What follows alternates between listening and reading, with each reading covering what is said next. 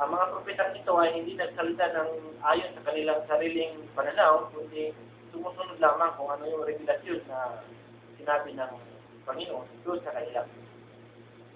Pero yung tinutukoy na Torah at sa Injil na pinag-uusapan dito ay hindi po yung Biblia na makikita natin ngayon.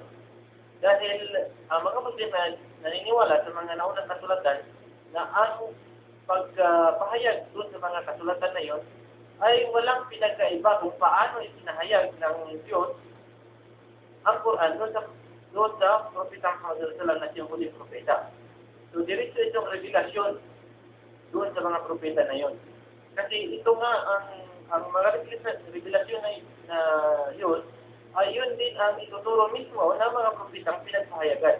Dahil ni Jesucristo at saka ni Moses, ang Torah na tinutukoy sa Quran, yung mismong ipinahayag ng Diyos sa Kanya. At ganoon din kay Jesucristo yung Injil. Samantalang, mababasa mo ngayon, halimbawa, sa New Testament, bagong tipan, na mababasa mo pa sa unang aklat ng bagong tipan, halimbawa, kay Mateo, ang sulat o ang Ebanghelyo, ayon kay Mateo, hindi pa sigurado si Mateo talaga ang sumulat nito. At pangalawa, hindi lang kay Mateo at sa lahat na ito. Mas lalong-lalo na itong kay Pablo na siyang sumulat ng napakaraming aklat sa New Testament. Sa 27 books ng New Testament, napagkaalam ko 14 books ang naisulat ni Pablo dito. At alam naman natin na si Pablo ay sa kanalong kumiksi na wala na si Jesucristo. Nung inakyat na ng Panginoon si Jesucristo sa langit, saka pa ito lumabas itong si Pablo na dating pagano din. At siya rin ang pasimuno ng Trinity na ito. At pinapaniwala yung mga tao na ang kasalanan ay pinayaran na ng dugo ni Jesucristo. So, mapapansin natin na hindi nga ito yung revelasyon na ipinahayag ng Diyos doon kay Jesucristo. At masasabi natin 100% na ang revelasyon na ito ay na inangking kay na Injil daw ay hindi mismo nabasa ni Jesucristo at sigurado tayo hindi ito ang itinuturo niya. Kasi nga lumabas ito, wala na si Jesucristo. At pagpalagay na natin na itong mga pag-alinlangan kung yung simulat, si Mateo nga ba, yung tunay ng Mateo, si Juan, kahit, halimbawa, totoo pa ito, kinakuha talaga ang sumulat, hindi rin ito yung tinutukoy ng Quran na Injil. Kasi ang Injil na tinutukoy, yung Ebanghelyo ng Jesucristo. So, hindi yung Ebanghelyo na ayon kina Juan o Ebanghelyo na ni Juan kung pagbibigyan natin, no? So, hindi yan ang tinutukoy ng Quran. Mas lalong-lalo na yung sinulat ni Pablo. Pero yung ba naman sinulat doon sa Roma na ito pinapiniwala kay Pablo. Sinulat ni Pablo sa taga Roma. Pagdating naman sa huli, na mababasa natin, si Tercio.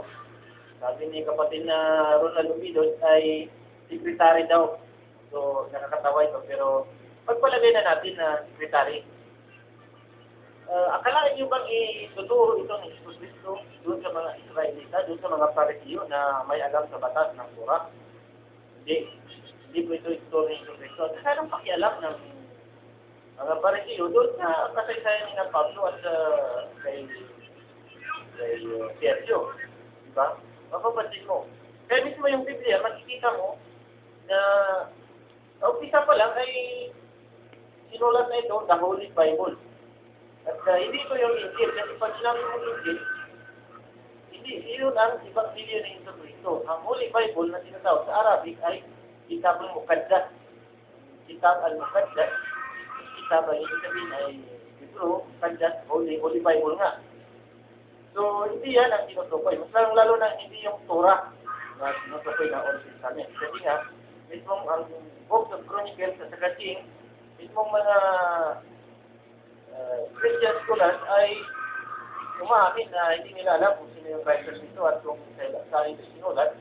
At pinapaniwala na lamang ito kung na blindly faith na ito ay galing sa Diyos. Pero wala po. At yung first five books ng Old Testament na tinatawag na statutes o first 5 book ng Old Testament. Hindi rin yun ang sinulat. Kasi mababasa mo doon,